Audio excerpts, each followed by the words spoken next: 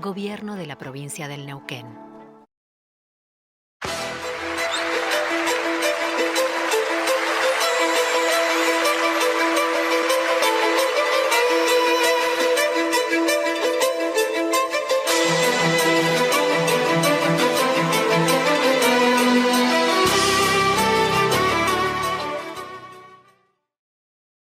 ¿Qué tal? ¿Cómo está? Bienvenido, buenas noches. Vamos a charlar en esta edición de Panorama sobre varios temas. Vamos a tener unos minutos también para hablar acerca de la cuestión habitacional y, y cómo está funcionando el monitor de alquileres, esta suerte de organismo revisor, observador, esta suerte de observatorio de los alquileres en Neuquén que integran municipio, provincia, propietarios, inquilinos.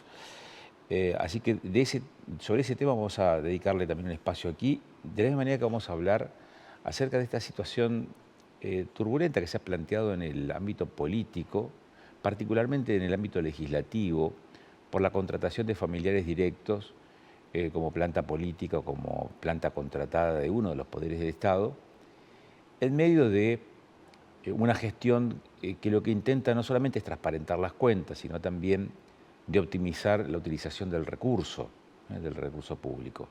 Y este tema no deja de hacer ruido. Se destapó, se descubrió, surgió, emergió a partir de la discusión del presupuesto para el 2025 del Poder Legislativo, el poder que preside Gloria Ruiz. Y el otro tema sobre el cual vamos a charlar está relacionado con la inseguridad vial. La región, y particularmente Neuquén, ha tenido notas interesantes en el último tiempo, bajando los casos de fatalidad en los accidentes de tránsito. Sin embargo, los accidentes han trepado, es decir, hubo menos víctimas fatales, pero hubo un número mayor de hechos de inseguridad vial. Y este fin de semana ocurrieron dos casos, sin lugar a dudas, muy llamativos. Uno fue el accidente que tuvo como víctima una joven de 27 años que fue embestida mientras iba en bicicleta en el enlace entre Centenario y Cinco Saltos, y el conductor ebrio la abandonó en el lugar. Y luego, cuando era trasladada a un centro asistencial en Neuquén, la ambulancia en la que iba fue impactada por una camioneta en pleno centro de la capital neuquina. Estos dos accidentes terminaron con la vida de la joven de 27 años el sábado. También el fin de semana hubo un choque violentísimo, si uno puede mirar las imágenes que están en redes sociales y que inclusive han publicado otros medios de comunicación, entre dos motocicletas en la zona oeste de Neuquén en la madrugada también del fin de semana, y que le costó la vida a uno de los motociclistas de 31 años. Decís, caramba, ¿qué está pasando con este tema?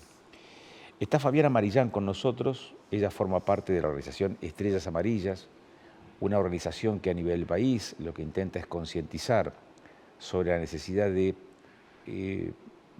atenerse a las normas, a las pautas de tránsito, precisamente para disminuir, bajar a la mínima expresión este tipo de hechos. Fabiana, gracias por aceptar el convite y darnos estos minutos de su tiempo. ¿Cómo está usted? Buenas tardes, muchas gracias por la entrevista y acá estamos para lo que necesite y podamos dar respuesta, estamos. Fabiana, nos interesa saber cuál es la mirada diagnóstica que tiene Estrellas Amarillas respecto a lo que está pasando hoy, ¿no? Hechos muy llamativos como estos dos casos que acabamos de describir recién, al mismo tiempo el número de víctimas, que si bien es menor que de años anteriores, pero superior al del año pasado, no deja de sorprender porque son casos irreversibles cuando estamos hablando de víctimas fatales. ¿Cuál es la mirada que tiene Estrellas Amarillas respecto a lo que está pasando con la inseguridad vial? Mira, nosotros como familiares de víctimas de tránsito, la verdad es que estamos muy preocupados por lo que está pasando en la provincia de Neuquén, en el país, con respecto a la siniestralidad vial, ¿no? Esta cuestión de que todos los días vemos por en los titulares de los medios de comunicación que hubo tal siniestro, que un siniestro fatal se llevó la vida de alguien como si fuera algo natural, ¿no? Como si fuera una cuestión de la naturaleza que pasa y no se puede evitar.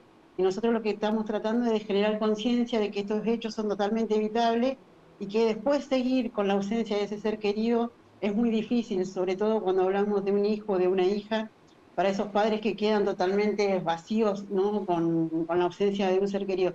Y sobre todo, fundamentalmente, porque lamentablemente la justicia nos deja solos y solas y no nos da esa contención que necesitamos, porque en la Argentina y en Neuquén van a seguir pasando lamentablemente estos hechos, porque la justicia no se pone los pantalones largos. Mientras la justicia siga dejando a los asesinos al volante libre, va a seguir pasando porque todo el mundo cree que no va a pasar nada y lamentablemente pasa. Y los familiares de víctimas de siniestros viales de todo el país somos un claro ejemplo de que esto va a continuar, lamentablemente va a continuar, hasta tanto la justicia no ponga en funcionamiento la ley, la normativa que ya está vigente y que los asesinos al volante tienen que estar presos. Hablamos de este caso que lamentablemente pasó el fin de semana con la chica que la chica que venía trabajando de Centenario, ¿no? Este doble siniestro que ella sufrió y que le quitó la vida, cómo la justicia aún todavía no ha determinado la prisión preventiva para este asesino al volante, que después de 12 horas tenía una graduación alcohólica altísima, y que tenemos otro caso similar donde se está llevando adelante este juicio esta semana, que es el caso de Matías García, en la misma situación, una persona totalmente conduciendo en un estado total de ebriedad y consumo de sustancia. 12 horas después se entrega porque una vecina denuncia que alguien había ido a esconder un auto a la casa y la policía, la justicia, lo dejó en su casa, no le determinó la prisión preventiva, y hoy que se está llevando adelante la audiencia, vemos cómo tratan de ensuciar la causa y confundir para que los jueces determinen un beneficio de la duda, ¿no? Acá no hay duda, acá hay una persona que con total intencionalidad, sabiendo que está prohibido en la provincia de Neuquén el consumo de alcohol y el uso del volante, lo siguen haciendo, después cuidándose atrás de los abogados para que busquen artilugios para quedar libre. Esta es usted dice, la justicia se tiene que poner los pantalones, dijo.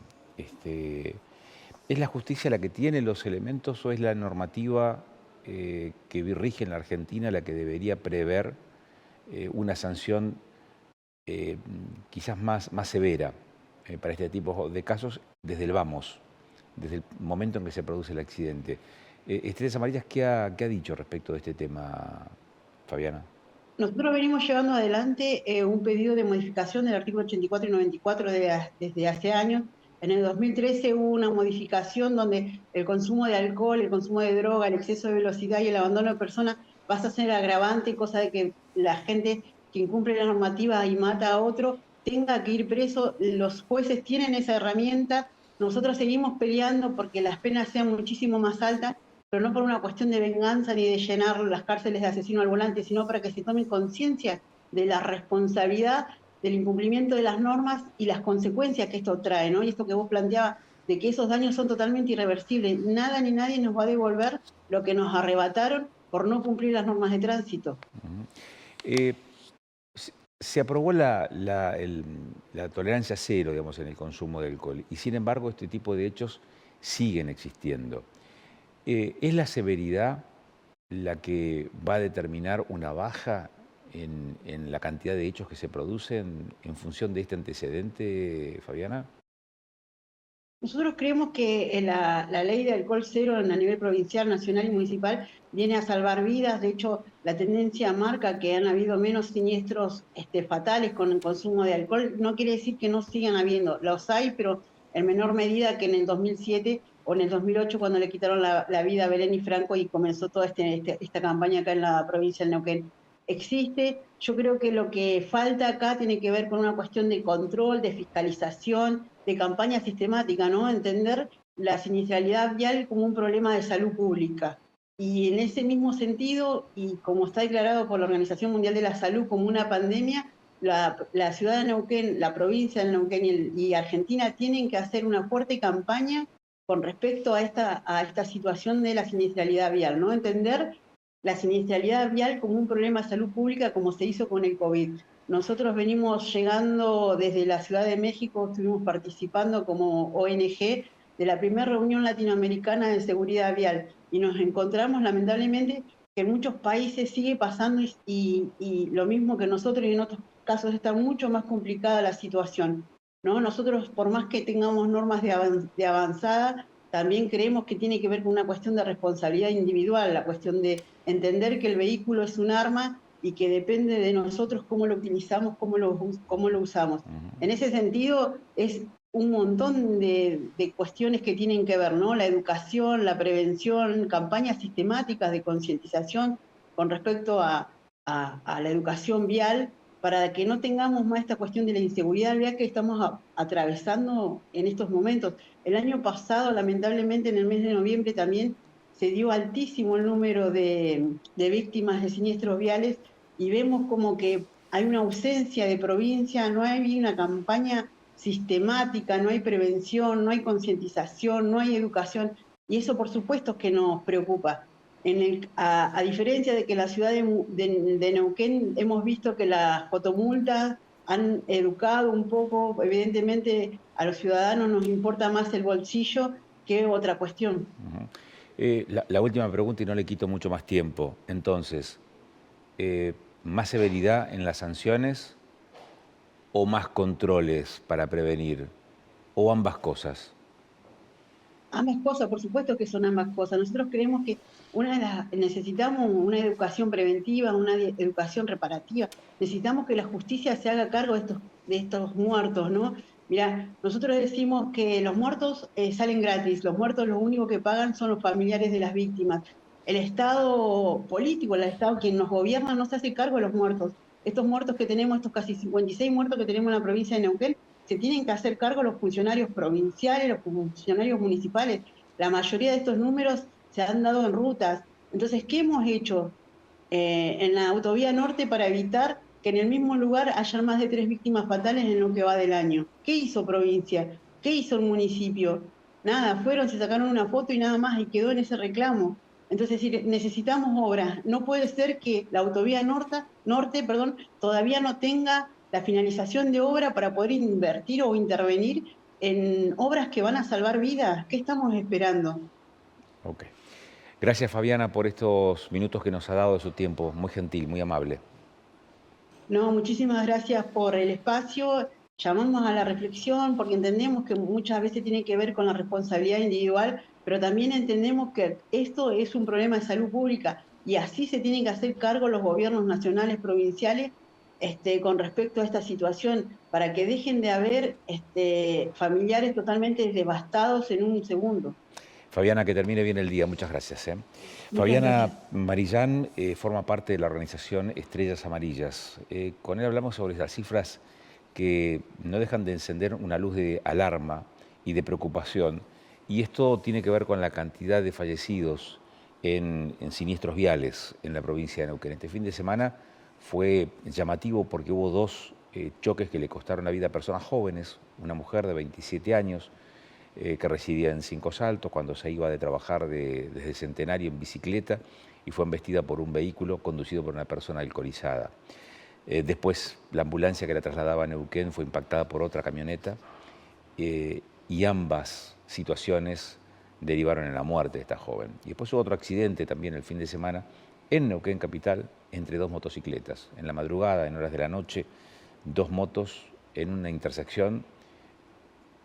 Nadie frenó, nadie tomó conciencia de lo que significaba la velocidad ni la peligrosidad de ese cruce. Y sin embargo, el tema no motivó que haya una acción precautoria por ninguno de los dos conductores y terminó con la vida de uno de ellos, uno de los motociclistas, 31 años. Vamos a cambiar de tema, vamos a ir a hablar con Damián Canuto, que es legislador, es diputado provincial del PRO, por esta situación que se ha planteado en la legislatura, que tiene que ver con el funcionamiento de la política y que surge a partir de la discusión presupuestaria del Poder Legislativo para el año próximo, para el 2025. Damián Canuto, ¿cómo estás? Muchas gracias por aceptar el convite. ¿Qué decís? ¿Cómo estás? Hola Agustín, buenas tardes, ¿cómo estás? ¿Me escuchás? Bien, sí, fuerte y claro te escuchamos, Damián. Bien, gracias a vos por la invitación. Muy bien. Por nada.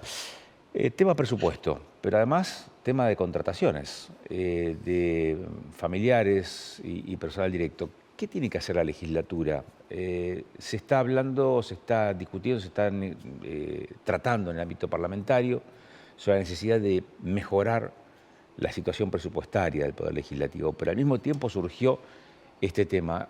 ¿Obstruye uno al otro? ¿Uno surge como derivación del otro? ¿Qué hay que hacer con ambas cuestiones? Presupuesto y contrataciones discrecionales. Mira, en este caso, a ver, la cuestión esta, yo no me voy a hacer eco de la publicación que trascendió ayer, donde puso, o por lo menos denunció, una situación particular de presidencia, eh, porque la verdad es que, bueno, me parece a mí que eso en todo caso amerita que lo responda la persona de la vicegobernadora. Tendrá su oportunidad seguramente, dado que refiere directamente a ella la denuncia que salió en esta nota. Lo tomo como una denuncia porque expone una situación que se ataca como impropia. Será ella la que responda. Lo que sí creo, se entrecortó un poco cuando vos me lo presentabas al tema, pero entiendo que referís a que, bueno, en definitiva, un tema viene vinculado al otro, la discusión de los presupuestos y la discrecionalidad. Yo me detendría, independientemente de esto de la contratación de familiares, en la cuestión de la discrecionalidad.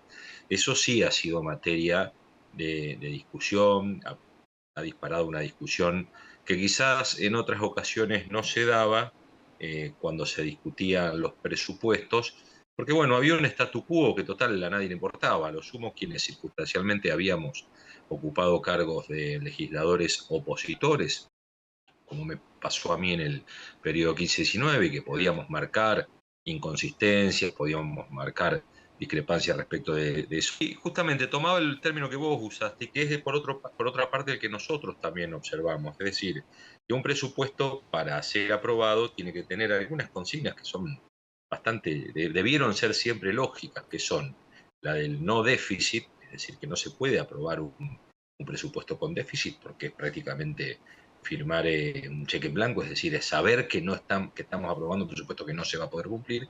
Y segundo, aquellos elementos o partidas que son con un alto grado de discrecionalidad. Esto es lo que se puso en evidencia en estos días, esto es lo que tensó la situación a la hora de que se discuta y se aprueben los presupuestos, especialmente el que quedó en evidencia es el legislativo, pero que por cierto no es al que no escapa, o crítica a la que no escapa el del judicial también.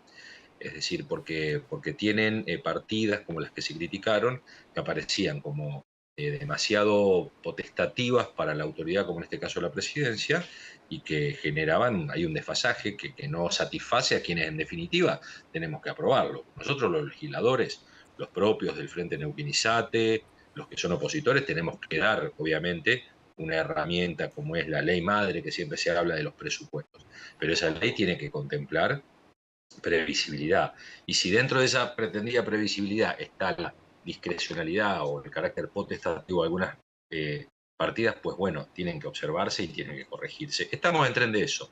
Se está en tratativas para que se conforme un presupuesto que elimine esas partidas discrecionales y que pueda ser aprobado como deseamos que nosotros, por lo menos los legisladores del PRO y del Nuevo Compromiso Neuquino, deseamos que sea aprobado para que pueda funcionar regularmente el poder legislativo. Y Eh, ojalá, mañana tenemos la oportunidad de recibir a la presidenta del Tribunal Superior de Justicia, bueno, ojalá también se pueda ir avanzando en mejorar a futuro las partidas que están, las remesas de dinero y partidas que se hacen para el Poder Judicial, que también tiene un altísimo grado de informalidad. Hace 30 años, 20 y pico de años que se aprueban presupuestos que dependen exclusivamente de la buena voluntad del Poder Ejecutivo de solventarlos. Frente a esta circunstancia, ¿qué es lo que hay que hacer? ¿Hay que eliminar el carácter discrecional de esas partidas? ¿Hay que eliminar las partidas? O sea, ¿hay que transformarlas o hay que eliminarlas, Damián? No, depende, Agustín. Hay partidas que tienen que estar, tiene que haber alguna discrecionalidad. Es razonable que haya la disponibilidad de parte del Poder Legislativo, en este caso de la Presidencia, para administrar. No nos olvidemos que son administradores de recursos. Lo que no puede haber es exprofeso y desde el vamos, digamos, cierta que esa discrecionalidad sea sobre un porcentaje tan grande del presupuesto. Es decir, acá estábamos hablando de la materia del conflicto, aquí fue, en definitiva, algunas partidas que componían alrededor del 10% del presupuesto legislativo, y eso no puede ser así, porque eso me hace suponer a mí que entonces está destinado al arbitrio de la presidencia nada más ni nada menos que el 10%, un 10% que campeaba ahí con el déficit, es decir, originalmente había alrededor de un 10% de déficit del presupuesto legislativo. ¿Eso por qué se solucionó y en parte, digamos, corrigió? Porque el Ejecutivo decide hacer la devolución de ese 1,5 que el año pasado se había eliminado para la creación de ese fondo de estabilización de presupuesto. Bueno, ahora vuelve, salva esta cuestión del déficit, pero resulta que se destina a partidas que aparecen como arbitrarias. Entonces ahí es donde lo que hay que hacer es regular para que, ya que ese dinero está, bienvenido sea, porque es dinero que viene de partidas nacionales, de presupuesto que se A compone ver, de la entonces, coparticipación si te nacional, interpreté pues bien, bueno, entonces, que lo destinemos a fines más claros, más previamente acordados. Damián, entonces, si te interpreté bien, no es que hay que eliminarla, tampoco deben desaparecer las partidas discrecionales, lo que hay que es reducirlas. Reducirlas, en este caso sí, puntualmente se habló de reducirlas, ahora se está hablando de con esa parte de la devolución, de crear el fondo este de estabilización o de previsión.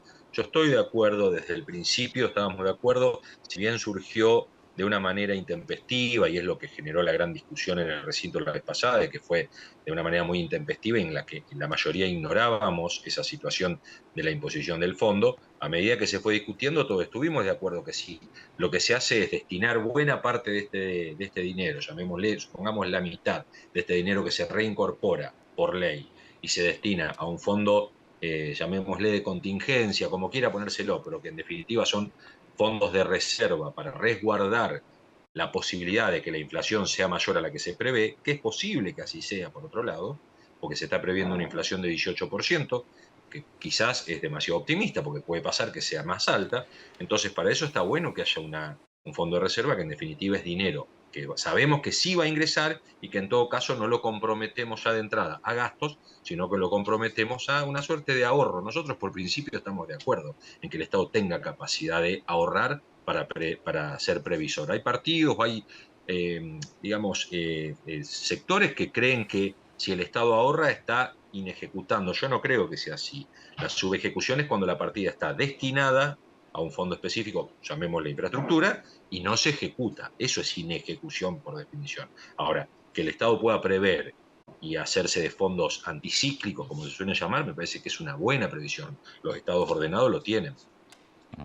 Damián, sin ánimo de abusar de tu tiempo, pero nos aguantás 2 minutitos, necesitamos cumplir con algunos compromisos comerciales y a la vuelta me interesaría poder charlar contigo respecto a esto que nos mencionabas hoy más temprano, que esta situación de alguna manera también tiene su correlato en el Poder Judicial y de hecho esta semana van a reunirse con la presidenta del Tribunal Superior de Justicia de la provincia de Neuquén. Me interesa saber cuál es tu mirada respecto de ese otro presupuesto, de ese poder del Estado, cuyo presupuesto también tiene que abordar la legislatura de la provincia de Neuquén. En 2 minutos, ¿puede ser? Con mucho gusto, por Gracias. supuesto. Pausa y ya volvemos.